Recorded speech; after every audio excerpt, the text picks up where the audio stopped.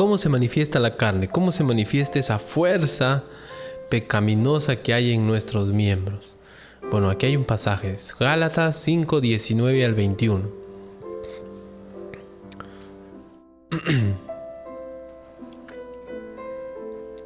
Gálatas 5, 19 al 21. ¿Qué nos dice? Y manifiestas son las obras de la carne, que son adulterio, fornicación, inmundicia, lascivia, idolatría, hechicerías, enemistades, pleitos, celos, iras, contiendas, disensiones, herejías, envidias, homicidios, borracheras y orgías, y cosas semejantes a estas, acerca de las cuales os amonesto, como ya os lo he dicho antes, que los que practican tales cosas no heredarán el reino de Dios. Tremendo pasaje, ¿verdad? Una lista bien larga de cosas pecaminosas. Bueno, precisamente la carne tiene que ver con un deseo, una fuerza que nos lleva a buscar de una manera pecaminosa, posiblemente satisfacer el cuerpo de alguna manera pecaminosa. Por ejemplo, el adulterio, la fornicación. El deseo sexual no es malo, pero el adulterio y la fornicación sí, porque es una forma pecaminosa de satisfacer ese deseo humano que tenemos, ¿verdad? Igual la inmundicia y la lascivia, que tienen que ver también con una satisfacción pecaminosa del deseo sexual, idolatría, hechicerías, enemistades, pleitos, iras, contiendas, disensiones, herejías. De alguna manera tienen que ver con envidias, homicidios, borracheras, orgías.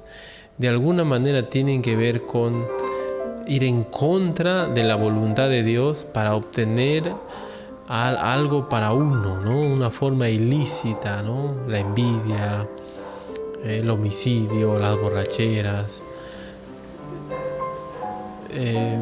las enemistades y todo ello, ¿no? El enfoque es el ego, el orgullo, jugando ahí, trabajando junto con la carne.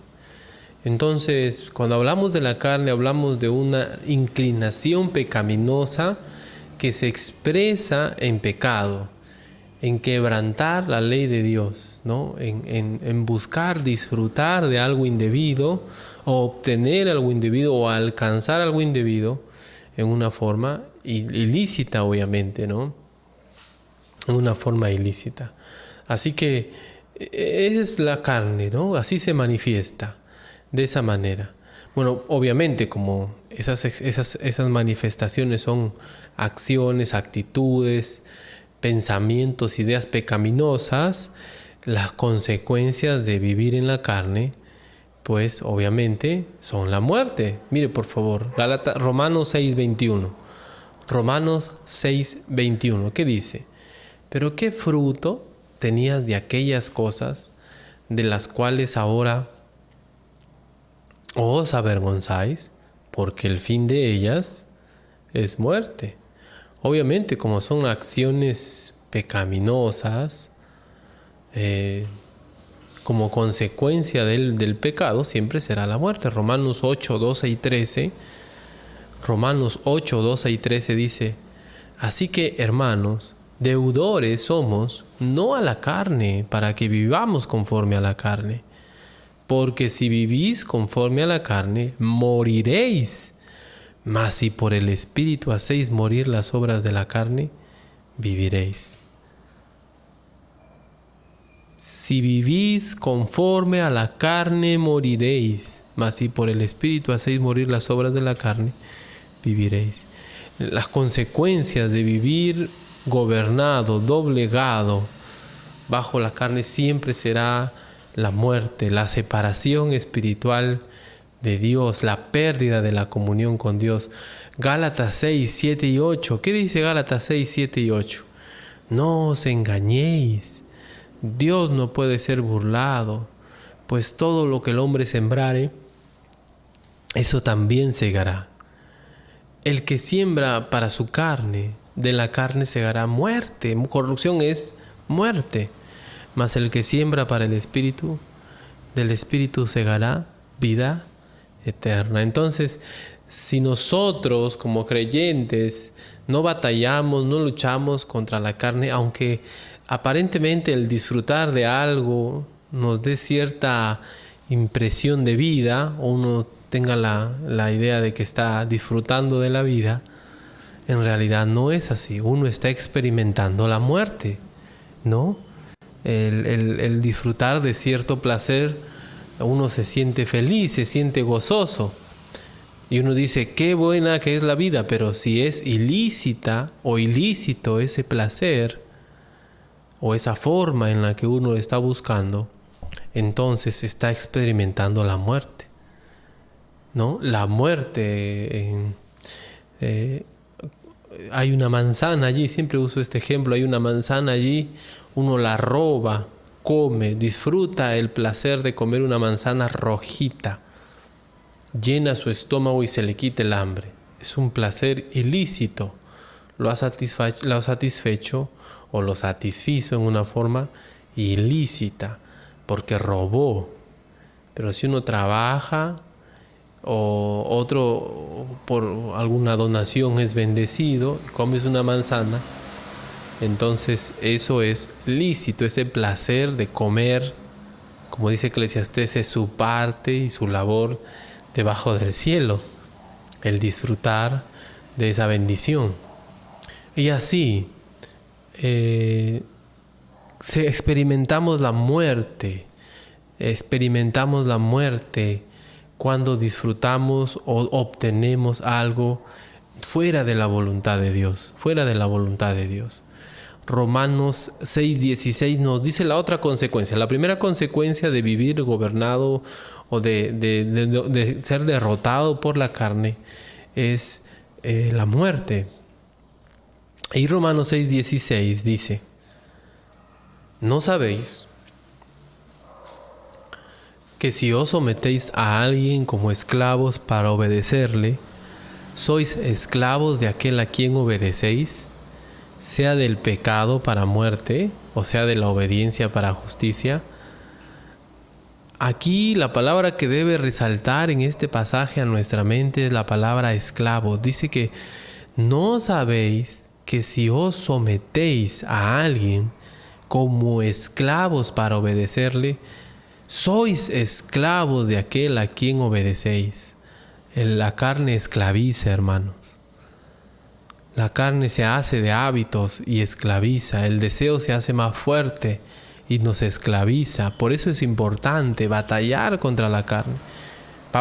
Pedro dice que debemos batallar contra los deseos carnales.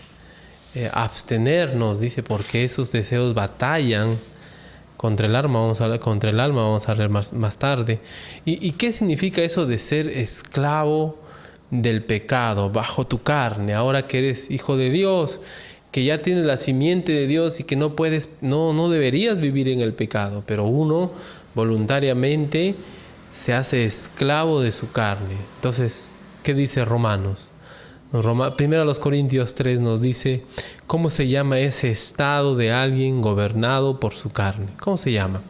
Primero a los Corintios 3 dice, de manera que yo, hermanos, no pude hablaros como a espirituales, sino como a carnales, como a niños en Cristo. Os di a beber leche y no vianda, porque aún no erais capaces, ni sois capaces todavía. ¿Qué dice después? Porque aún sois carnales, pues habiendo entre vosotros celos, contiendas, disensiones, ¿no sois carnales y andáis como hombres? Habiendo entre vosotros cosas normales en la vida de una persona que no tiene el Espíritu Santo, ¿sois carnales y andáis como hombres? La carnalidad es ese estado en el cual una persona vive como incrédulo a pesar de tener el Espíritu Santo. No hay diferencia. No hay diferencia en esa persona. Uno lo ve y la persona dice que es salvo. ¿no? Pero no se ve, pues, porque está viviendo gobernado por su carne. Más bien se ve a una persona que no es creyente. O que uno, ¿pero usted es creyente? Sí, pero la vida no lo demuestra, porque está siendo gobernado por su carne. La carnalidad es algo voluntario. No se trata de ser nuevo creyente, se trata de no crecer por voluntad propia.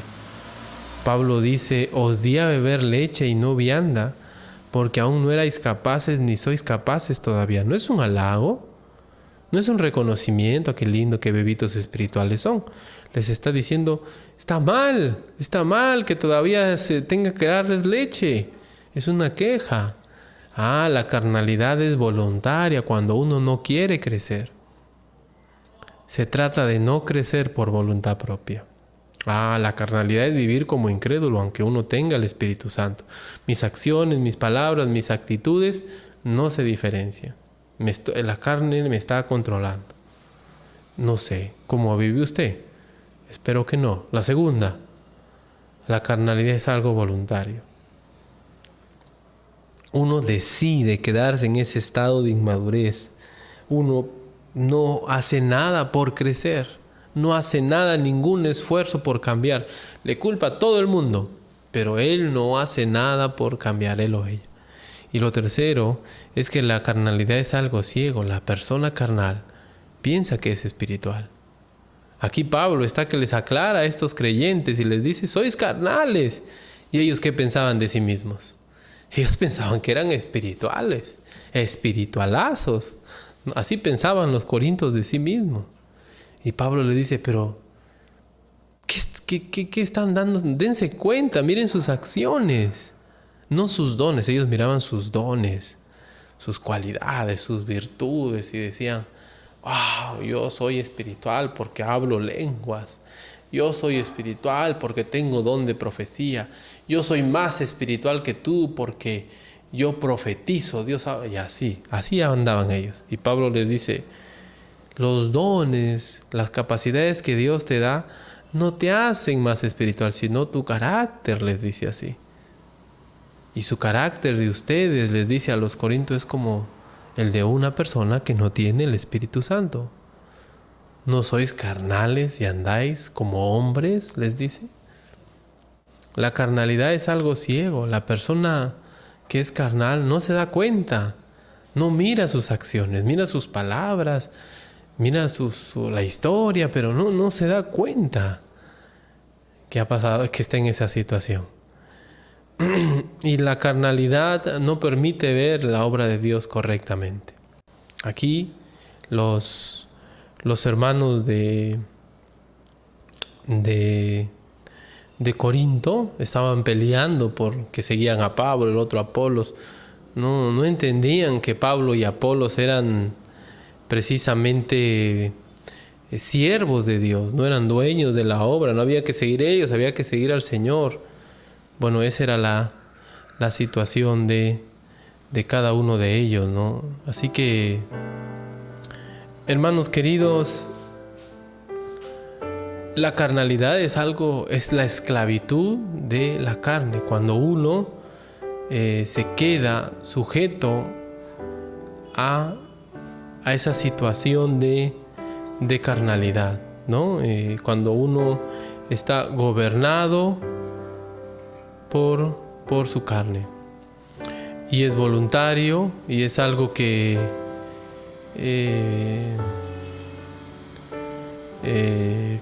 necesita un cambio en nuestras vidas. Así que debemos reflexionar en ello también, debemos cuidar nuestra vida. Puede ser que nosotros no nos estamos dando cuenta y estamos viviendo sujetos, sometidos a este gran enemigo que es la carnalidad. ¿Qué nos dice la palabra de Dios? ¿Cuál es el mandato para nosotros? El mandato es a luchar contra el pecado. No reine pues el pecado en vuestro cuerpo mortal, de modo que lo obedezcáis en sus concupiscencias, dice Romanos 6, 12, 13.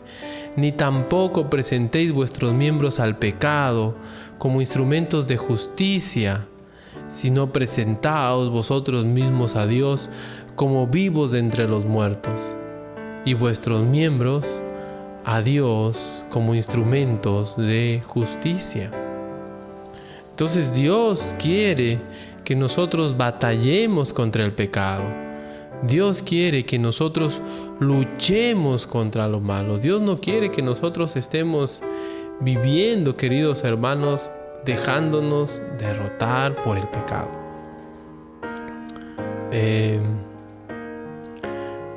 Primera de Pedro 2, 11 y 12, lo que nos toca, hermanos. Amados, yo os ruego como extranjeros y peregrinos que os abstengáis de los deseos carnales que batallan contra el alma, manteniendo buena vuestra manera de vivir entre los gentiles, para que en lo que murmuran de vosotros como de malhechores, glorifiquen a Dios en el día de la visitación, al considerar vuestras buenas obras. Abstenernos de los deseos carnales que batallan contra el alma, queridos hermanos. Ese es el reto que nos da Dios en este tiempo. Batallar, luchar contra aquello que nos está derribando, ¿no? Y Dios un día nos librará de la carne, hermanos, para terminar. Dios un día nos librará de este enemigo. Así como un día Dios va a mandar a Satanás al fuego eterno, así como un día Dios va a cambiar esto que es el mundo, va a acabar con el pecado, también va a acabar con el pecado en nuestros cuerpos. Mire por favor 1 Corintios 15, 35 al 38, mire. Pero dirá alguno, ¿cómo resucitarán los muertos? ¿Con qué cuerpo vendrán? Necio, lo que tú siembras no se vivifica si no muere antes. Y lo que siembras no es el cuerpo que ha de salir, sino el grano desnudo, ya sea de trigo o de otro grano. Pero Dios le da el cuerpo como Él quiso, y a cada semilla su propio cuerpo. Dios, hermanos, va a transformar nuestros cuerpos. 1 de Juan 3:2 dice: amados, ahora somos hijos de Dios, y aún no se ha manifestado lo que hemos de ser, pero sabemos que cuando Él se manifieste, seremos semejantes a Él, porque le veremos tal como Él es. Seremos semejantes a Él. Filipenses 3:21, el cual transformará el cuerpo de la humillación nuestra, para que sea semejante al cuerpo de la gloria suya, por el poder con el cual puede también sujetar a sí mismo todas las cosas. Dios va a transformar nuestro cuerpo para que sea semejante al cuerpo de la gloria suya. Un día nosotros, ya sea que el Señor nos resucite o nos toque recibirlo a Él, vamos a transformar nuestro cuerpo, y este cuerpo carnal, este cuerpo lleno de pecado todavía va a ser destruido. Mientras tanto, nosotros debemos batallar contra nuestra carne, porque hay una fuerza aquí que nos quiere esclavizar, y nosotros debemos de luchar. ¿Cómo luchamos contra nuestra carne? Obedeciendo la palabra de Dios.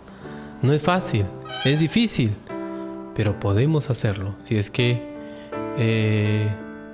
nos proponemos, hermanos, obedecer a Dios para su gloria, dependiendo del Espíritu Santo. Con la gracia de Dios se puede hacer.